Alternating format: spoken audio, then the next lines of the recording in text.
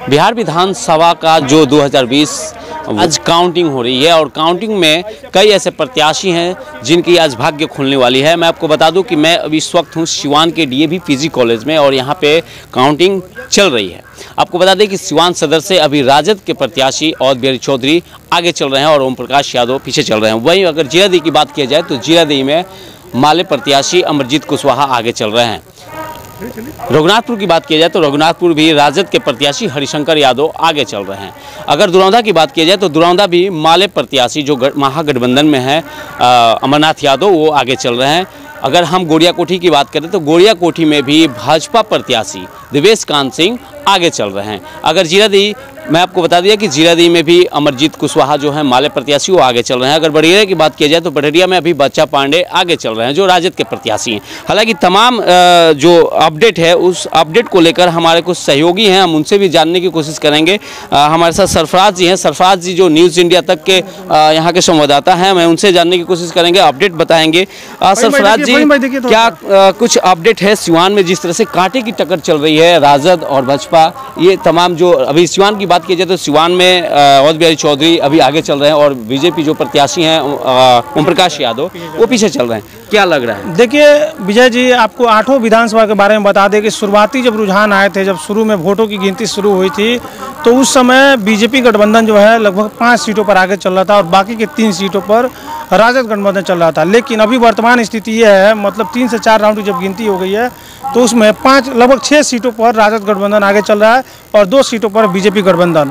वो 2 सीटें मैं आपको बता देता हूँ, गोड़ियाकोठी और दरौली में अभी फिलहाल बीजेपी आगे चल रहा है और इसके साथ साथ बाकी के जो 6 सीट हैं, जैसे सिवान की बात करें तो सिवान में 421 वोटों से अवध बिहारी चौधरी आगे चल रहे हैं। आपको बता दें कि सिवान में 3 राउंड की गिनती हुई है, जिसमें पहले राउंड में आपने देखा कि 7 वोटों से, मात्र 7 वोटों से ओम प्रकाश यादव जी आगे चल रहे थे। लेकिन जब दूसरे राउंड की गिनती हुई तो उनको पछाड़ते हुए 701 वोटों से अवध बिहारी चौधरी आगे चल गए। लेकिन जब तीसरे राउंड की गिनती हुई तो उसमें वोटों में हालांकि थोड़ा सा मार्जिन कम रहा, लेकिन 421 वोटों से अभी भी अवध बिहारी चौधरी आगे चल रहे हैं। उसी तरह रघुनाथपुर की बात करें तो रघुनाथपुर में भी हरिशंकर यादव जी आगे चल रहे हैं और मनोज सिंह से वहाँ पे सीधी टक्कर देखी जा रही है। जीरादेई की बात कर लेते हैं थोड़ा। जीरादेई की चूँकि जो भी प्रत्याशी हैं, अगर महागठबंधन की प्रत्याशी की बात किया जाए जो माले प्रत्याशी हैं अमरजीत कुशवाहा, और उसके साथ अब बात किया जाए जो कमला कुशवाहा है, ये दोनों पहले माले के ही नेता माने जाते थे। लेकिन कमला कुशवाहा जदयू के प्रत्याशी अभी फिलहाल हो गई हैं और अमरजीत कुशवाहा महागठबंधन के यानी कमला कुशवाहा जदयू गठबंधन से वहाँ पे उम्मीदवार है। क्या लग रहा है? और माले वहाँ से चुनाव लड़ रही है। तो देखिए वहाँ की स्थिति ये है कि वहाँ लोजपा ने विनोद तिवारी जी को खड़ा किया था और बीजेपी से बगावत करके आशा पाठक की बहू भी चुनाव लड़ रही थी।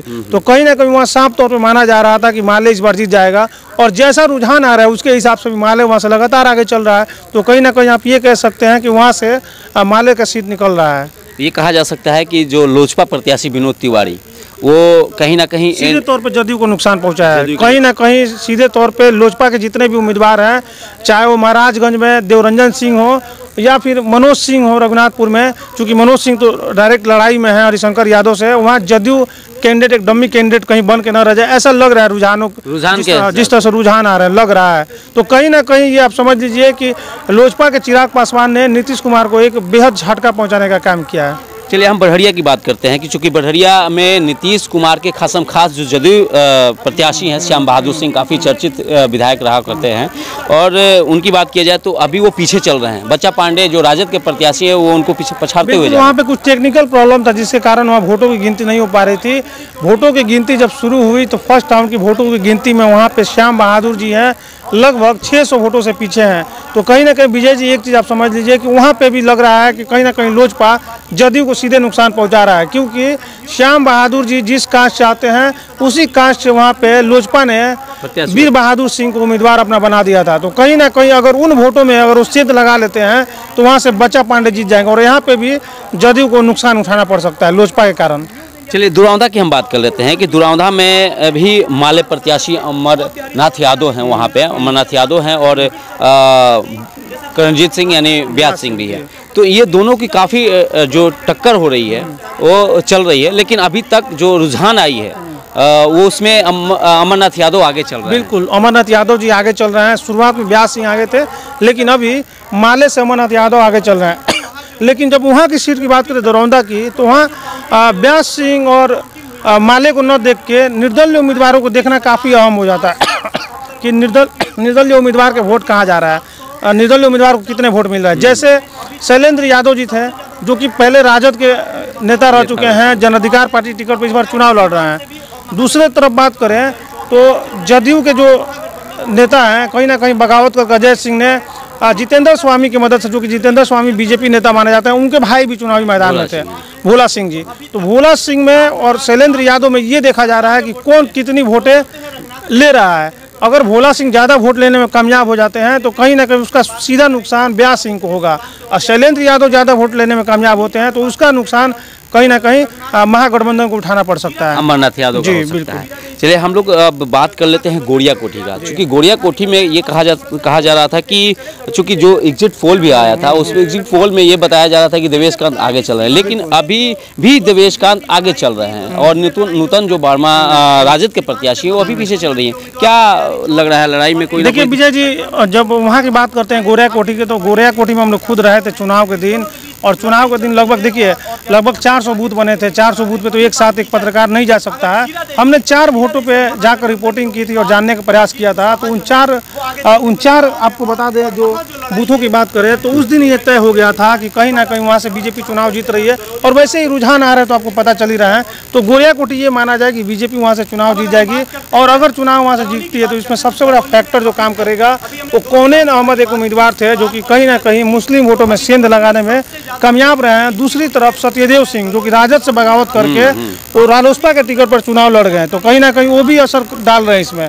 इसके साथ साथ एक तीसरे उम्मीदवार की बात करें तो पप्पू यादव के राइट हैंड कहे जाने वाले प्रेमचंद जी भी चुनाव लड़ रहे थे, आपको मालूम होगा, जन अधिकार पार्टी से।